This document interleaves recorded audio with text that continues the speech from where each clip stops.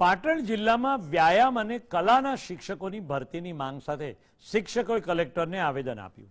રાજ્યની શાળાઓમાં શારીરિક શિક્ષણ તેમજ કલા વિષયના શિક્ષકોની ભરતી તેમજ કાયમી નિમણૂકનો પ્રશ્ન છેલ્લા એક દશકાથી અટવાયેલો છે. શિક્ષકોએ સરકાર સમક્ષ વારંવાર રજૂઆત કરી, પણ તેનો હવે કોઈ ઉકેલ આવતો જ નથી. ત્યારે આજે ફરી એકવાર પાટણ જિલ્લાના શિક્ષકોએ આ મુદ્દે કલેક્ટરને આવેદનપત્ર આપ્યું. એક શિક્ષકે જણાવ્યું કે રાજ્ય સરકાર ખેલ મહાકુંભ અને કલા મહાકુંભ યોજે છે, પરંતુ તેના ગુરુજનો સાથે અન્યાય કરી રહી છે.